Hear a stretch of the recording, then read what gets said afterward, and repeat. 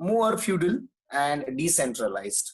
See, already Gupta's administration was decentralized. Harshavardhan's uh, administration had further become decentralized. Right. So after his death, after Harshavardhan's death, his minister Arun Shava, right, his minister Arun Ashwa ascended the throne. So that is what you have for Harshavardhan's reign. Later on, we have considered Chalukyas. So Chalukyas of Vatapi. Right. So Vakataka power was followed by Chalukyas. So Chalukyas have established their capital at Vatapi, right, which was also known as Vadami, in the district of Bijapur in Karnataka. Pulkeshin II checked on Harshvardhan. Right, that is what Harshvardhan had only one loss in his victorious life by Pulkeshin, who is nothing but the Chalukya ruler. He sent an ambassador to Persian king as well as received one from Persian king. Hyun Sang also visited his kingdom. Then Pallava ruler, whose name was Narasimha Varman, who had innovated the Pulkeshin's design of Pulkeshin's rule, right? So then Chalukya kingdom, what you can consider after killing Pulkeshin II, the Chalukya kingdom was overcome or captured by the Narasimha Varman, and he adopted the title called Vatapikonda. That is what? Conqueror of Vatapi. Right. Then Pallavas, though there was a controversy in their origin, right, regarding their nativeness or origin, but possibly it is considered that Pallavas were local tribe, right, who had established their authority in the Tondai Mandalam, right. So they were Orthodox Brahminical Hindus, right. They were Orthodox Brahminical Hindus. They have established their capital at Kanchi. Pallavas as well as Chalukyas tried to establish their supremacy over land between Krishna and Tungabhadra rivers. Pallavas were instrumental in spreading Indian culture in Southeast Asia. So Pallavas' influence was predominant in Cambodia. So Pallava type of shikhar to be found in the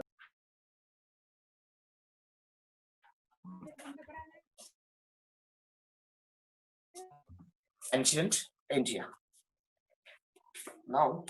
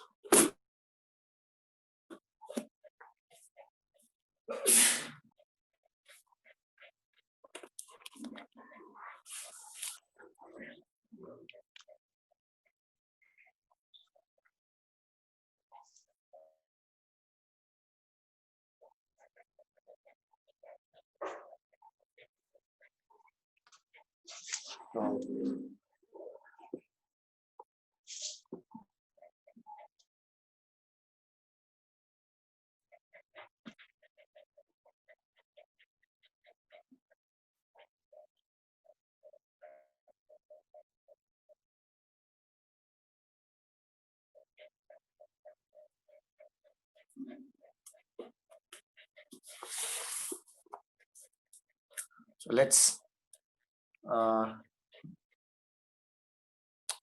enter into modern India. That is what nationalism, right? So, but instead of directly jumping to nationalism, we will consider from the expansion of Britishers in India.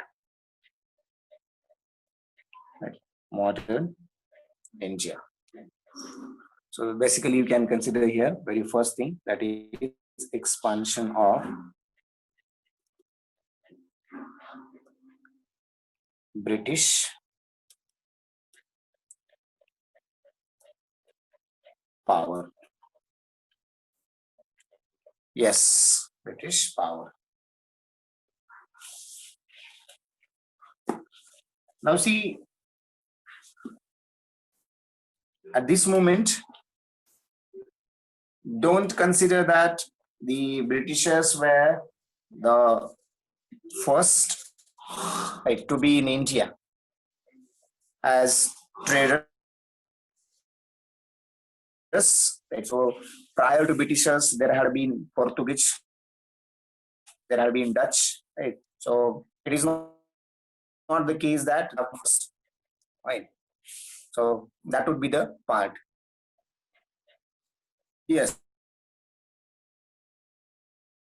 You can consider what the Mughal. So at the time of Shah Jahan, so very first representative of the East India Company, right? Very first time the representative of East India Company have, whenever we will be seeing the medieval India, at that time we will be considering the Mughal Empire. So during that again, this particular reference will come back.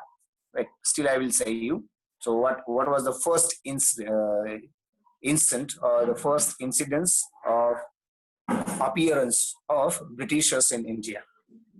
So during Shah Jahan's reign, the first representative of East India Company had visited to his court and asked permission for making the port, right, for constructing the port for trading, right, at Bharuch. That would be, you can consider, around Surat.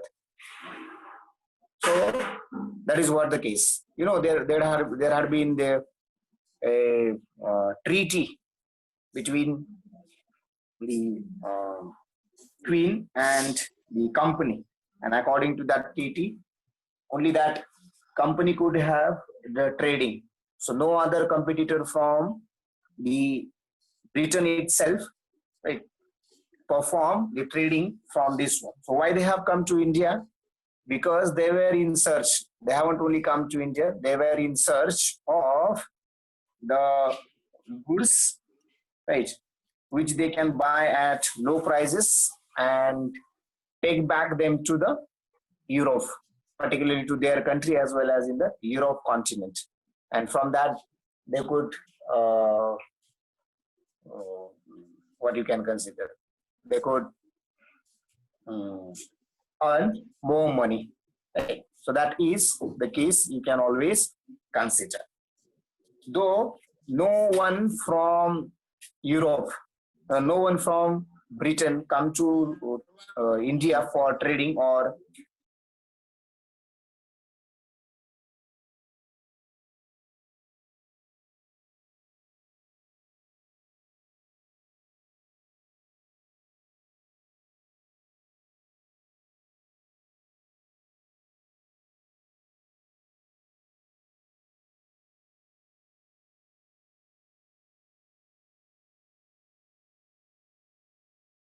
and others, right?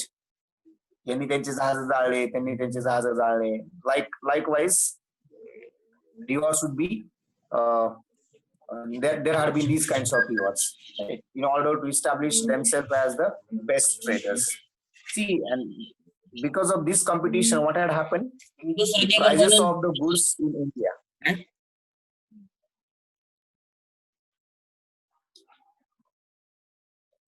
Because of these things, the prices of goods in India have hiked. Right? So then later on, what had happened? Britishers have been building their what you can consider warehouses, right, or they're trading within the walls. So basically what they were looking cotton, right? So the prime, one of the prime point. So then they have asked the permission for constructing new mill, right, which is called processing mill for their goods. So because of this, what had happened? See, there had been different rulers in India, and Britishers have simultaneously uh, started looking into, right. Particularly, you can consider in Bengal, in Mysore, in Punjab, right. So these are the different places. So there had been the little bit clashes in between the Britishers and the rulers, and then actually Britishers started doing politics, right? So that was the beginning. Fine. So they wanted to have the trading, right? So that is the case you can always consider about the Britishers. So how they have expanded, right? So this expansion is always in the context of Bengal, Mysore, and Punjab. Right. So how they have what you can consider expanded, right? So whatever till now I said, that is in the 16th century. Now whatever you will be seeing, that would be in the 8th. So their expansion of Britishers or British power, right? So in the context of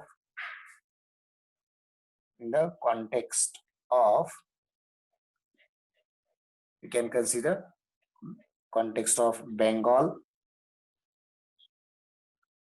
Mysore, and Punjab.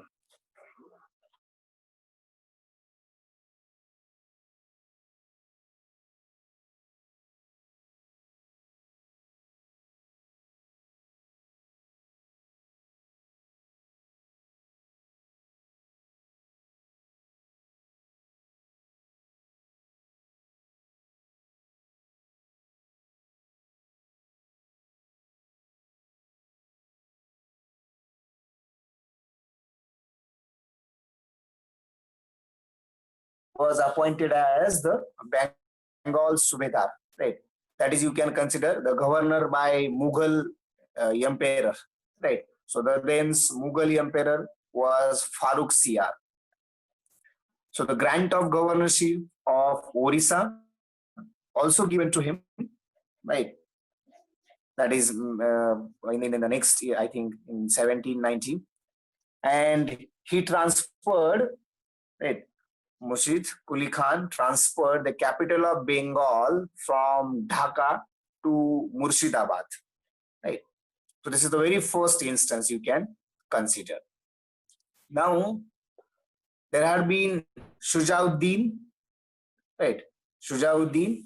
So Shujauddin was the son-in-law of Murshid Quli Khan.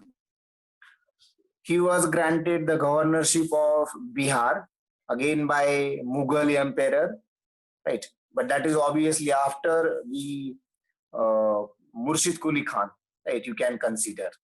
So Murshid Quli Khan was the governor from 1717 to 27, and then Shujauddin, who was son-in-law of Murshid, who had been governor of Bihar from 1727 to 39. So he was granted a governorship of Bihar by Mughal emperor. At that time, Mughal emperor was the Muhammad Shah, right? Muhammad Shah. Further, son of Shujauddin, called Sarfaraz Khan, right, was murdered by Alivardi Khan, who was the deputy governor of Bihar,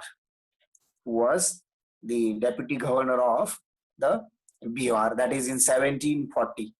So Sarfaraz Khan was only for from the period of 1739 to 40. So this is more than 1 year, right? He had been the governor, right? Or he had succeeded the Shujauddin. And then later on, Alivardi Khan had become or legalized as the what we can consider governor, right? So Alivardi Khan received a farman from Mughal, right? So, but for that purpose, Alivardi Khan need to pay around 2 crore rupees, right? So, see, Alivardi Khan prevented the English and French from fortifying their factories at Calcutta and the Chandrangore. Right. So these are the two places where the French and English wanted to fortify their factories. Right. But Alivardi Khan had prevented, right, the establishment of these particular factories. And later on, Alivardi Khan was succeeded by his grandson Shiraz Uddawla. Right, Shiraz Uddawla. So what had done Shiraz Uddawla? Shiraz Uddawla seized the English factory at Qasim Bazar in 1756. Right. So for the Fort William surrendered, right, in this case, but Robert Clive recovered the Calcutta, right, and this is the very first thing you can consider, right. So on 2nd January 1757, there had been Treaty of Alinagar. So Treaty of Alinagar was signed, right, where Siraj Uddawla conceded practically all the demands, and then British then captured the Chandrangore and the French settlement, right, as well as French settlement had been happened in the March 1757, right, and then there comes the Battle of Plassey. There comes Battle of Plassey. So most of the things get happen, or whenever very first time you can consider the expansion of the Britishers. So obviously they are always related to the Battle of Plassey. So Battle of Plassey was fought on 23rd of June 1757.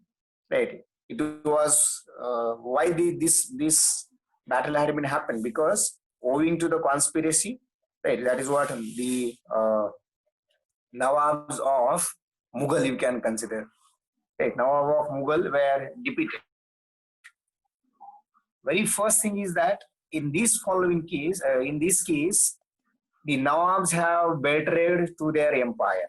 Right? They betrayed to the Mughals. So there were different Nawabs which have betrayed, and because of their betraying, this defeat had come. Right. So what the Nawabs have got in this particular defeat, right? So why they have defeated themselves, right? Because the company had granted them what you can consider personal assets, right? So in case you can consider, थोडक्यात तुम्ही लाच घेऊन, right, they have accepted the defeat, a kind of thing you can consider, right? So before going to Nawab, I will just put down some of the names. Murshid Quli Khan, right, who ruled governor of, okay, I will write here, governor of Bengal from 1717 to 27, right, 1717 to 27, right. Also governor of Orissa, right, from 1727 you can find. Now, what had happened? Then later on, he was followed by or succeeded by Sujauddin.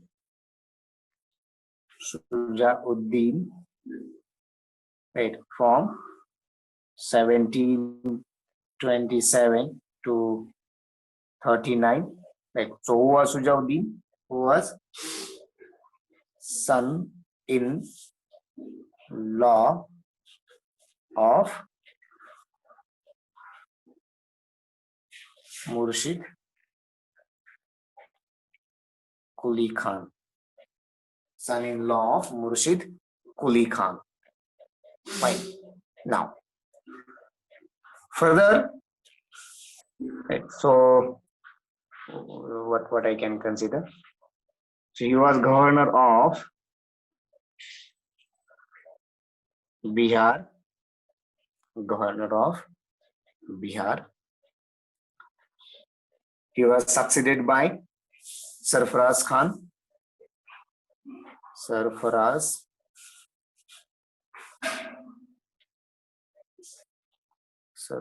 Khan, right, from 1739 to 56.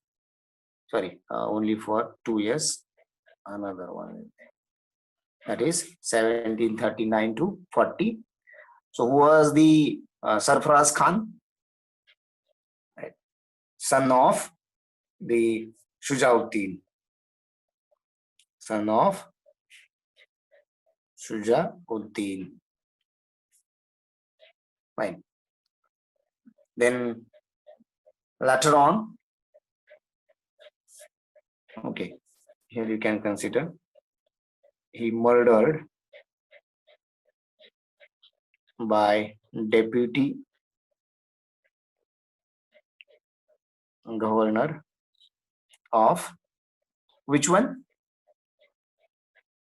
His father was the governor of Bihar, so obviously he would be later on governor of the Bihar, right? So deputy governor of Bihar, whose name is Ali Wardi Khan. Ali Wardi Khan. And then the later on Ali Wardi Khan, right, from 1740 to 56, right, became the governor of Bihar, right? And but for that he had to pay a huge amount to the Mughal emperor, right? So very first thing he prevented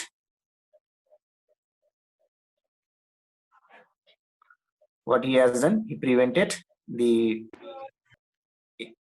English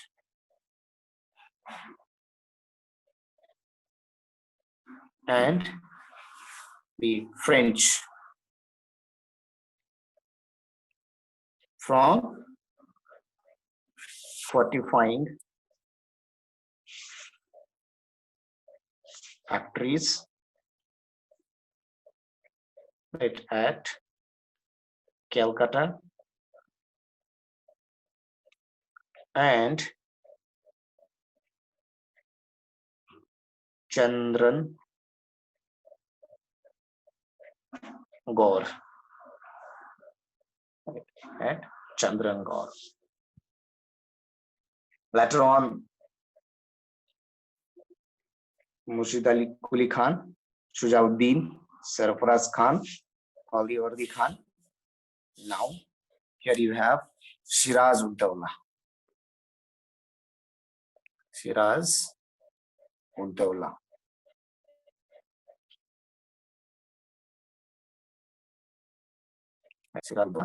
Who had ruled from, not ruled, I can consider, governor from 1756 to 57. Right. So, who was he? Grandson of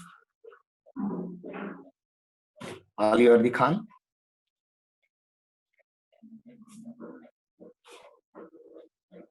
Grandson of Alivardi Khan.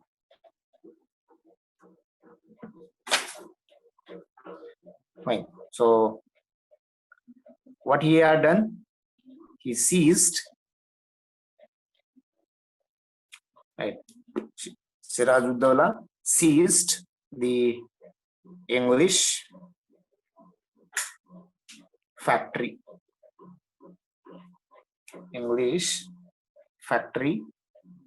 at Kasambi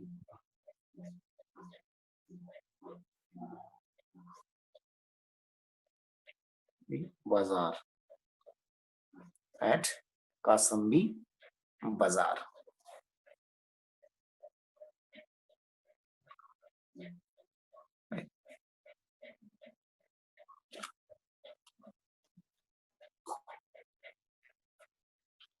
In this case, the Fort William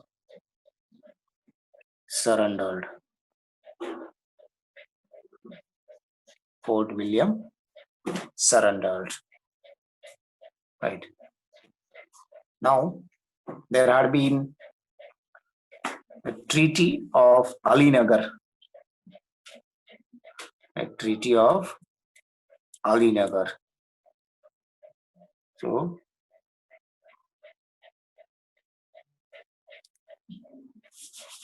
Treaty of Alinagar signed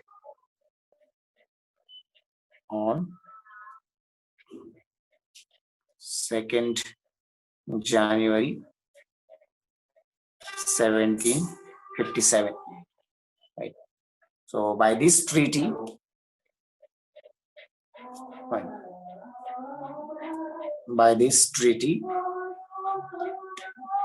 Treaty of Alinagar signed on 2nd January 1757.